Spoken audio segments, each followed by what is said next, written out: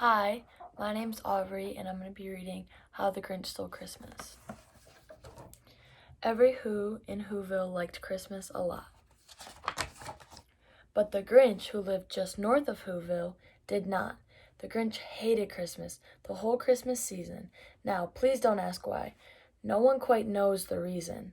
It could be his head wasn't screwed on just right. It could be perhaps that his shoes were too tight. But I think that the most likely reason of all may have been that his heart was 2 sizes too small. But, whatever the reason, his heart or his shoes, he stood there on Christmas Eve hating the Whos, staring down from his cave with a sour, grinchly frown at the warm, lighted windows below in the town. For he knew every Who down in Whoville beneath was busy now hanging a mistletoe wreath. "And they're hanging their stockings," he snarled with a sneer. "Tomorrow's Christmas. It's practically here." Then he growled, with his Grinch fingers nervously drumming, "I must find some way to stop Christmas from coming." For tomorrow, he knew. All the Who girls and Who boys would wake bright and early. They'd rush for their toys. And then, oh, the noise. Oh, the noise, noise, noise. There's one thing that he hated, the noise, noise, noise. Then the Whos, young and old, would sit down to a feast, and they'd feast, and they'd feast, and they'd feast, feast, feast, feast. They would feast on Who pudding and rare Who roast beef, which was something that the Grinch could not stand the least. And then they'd do something he liked least of all. Every Who down in Whoville, the tall and the small, would stand close together with Christmas bells ringing. They'd stand hand in hand, and the Whos would start singing. They'd sing, and they'd sing, and they'd sing, and they'd sing, and they'd sing. And the more the Grinch thought of this Who Christmas sing, the more the Grinch thought, "I must stop this whole thing. Why, for 53 years, I've put up with it now. I must stop this Christmas from coming. But how?" And then he got an idea, an awful idea. The Grinch got a wonderful, awful idea. "I know just what to do," the Grinch laughed in his throat, and he made a quick Santa Claus hat and a coat, and he chuckled and chuckled. "What a great Grinchy trick. With this coat and this hat, I look just like Saint Nick. And all I need is a reindeer." The Grinch looked around, but since reindeer are scarce, there was none to be found. Did that stop the old Grinch? No! The Grinch simply said, "If I can't find a reindeer, I'll make one instead." So he called his dog Max. Then he took some red thread and he tied a big horn on top of his head. Then he loaded some bags and some old empty sacks on a ramshackle sleigh, and he hitched up old Max. Then the Grinch said, "Giddy up," and the sleigh started down toward the homes where the Whos lay a snooze in their town. All their windows were dark, quiet snow filled the air, all the Whos who were dreaming sweet dreams without care. When he came to the first little house on the square, "This is stop number 1, the old Grinchy Claus hissed, and he climbed to the roof, empty bags in his fist. Then he slid down the chimney, a rather tight pinch. But if Santa could do it, then so could the Grinch. He got stuck only once, for a moment or two. Then he stuck his head out of the fireplace flute, where the little Who stockings all hung in a row. "These stockings," he grinned, "are the first things to go." Then he slithered and slunk with a smile most unpleasant around the whole room, and he took every present. Pop guns and bicycles, roller skates, drums, checkerboards, tricycles, popcorns, and plums, and he stuffed them in his bag. Then the Griff very nimbly stuffed all the bags one by one up the chimney. Then he slunk to the icebox. He took the Who's feast. He took the Who pudding. He took the roast beef. He cleaned out the icebox as quick as a flash. Why, that Grinch even took their last can of Who hash.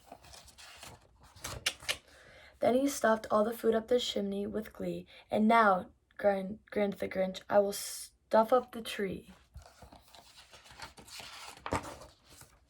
After the Grinch grabbed the tree and he started to shove, when he heard a small sound like the coo of a dove. He turned around fast and he saw a small Who, like Cindy Lou who was not more than 2. The Grinch had been caught up by this tiny Who daughter, who'd got out of the bed for a cup of cold water.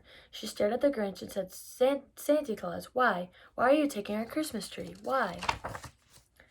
But you know, the old Grinch was so smart and so slick. He thought up of a lie, and he thought of it quick. "Why, my little sweet tot," the fake Santa Claus lied, "there's a light on this tree that won't light on one side, so I'm taking it home to my workshop, my dear. I'll fix it up there, then I'll bring it back here." And as fib fooled the child, Then he patted her head, and he got her a drink, and he sent her to bed. And when Cindy Lou Who went to bed with her cup, he went to the chimney and stuffed the tree up. Then the last thing he took was a log for their fire, and he went up the chimney, himself the old liar. On their walls he left nothing but hooks and some wine, and the one speck of food that he left in the house was a crumb that was even too small for a mouse. Then he did the same thing to the other Who houses, leaving crumbs much too small for the old Who mouses. It was a quarter past dawn, all the Who's still abed, all the Who's still a-snooze, when he packed up his sled, packed it up with their presents, the ribbons, the wrappings, the tags, and the tinsel, the trimmings, and the trappings. 3,000 feet up on the side of Mr. Crumpet, he rode with his load to the tip-top to dump it. Pooh-pooh to the Woos, he was grinchingly hummingly. They're finding out now that no Christmas is coming. They're just waking up. I know just what they'll do. Their mouths will hang open for a minute or two.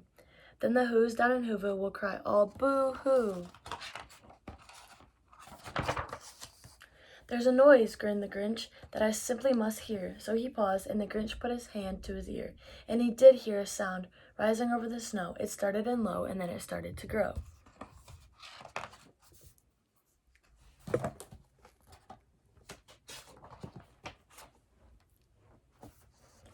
But the sound wasn't sad. Why, this sound merry. It couldn't be so. But why was it merry? Very. He stared down at Whoville. The Grinch popped his eyes. Then he shook. What he saw was a shocking surprise. Every Who down in Whoville, the tall and all the small, were all singing without presents at all. He hadn't stopped Christmas from coming. It came. Somehow or other, it came just the same. And the Grinch, with his Grinch feet ice cold in the snow, stood puzzling and puzzling. How could it be so? It came without ribbons, it came without tags, it came without packages, boxes, or bags. And then he puzzled 3 hours till his puzzler was sore. Then the Grinch thought of something he hadn't before. Maybe Christmas, he thought, doesn't come from a store. Maybe Christmas, perhaps, is a little bit more. And what happened then? Well, in Whoville they say that the Grinch's small heart grew 3 sizes that day. And the minute his heart didn't feel so quite tight, he whizzed with his load through the bright morning light, and he brought back the toys and the food for the feast. And he himself, the Grinch, carved the roast beef. The end.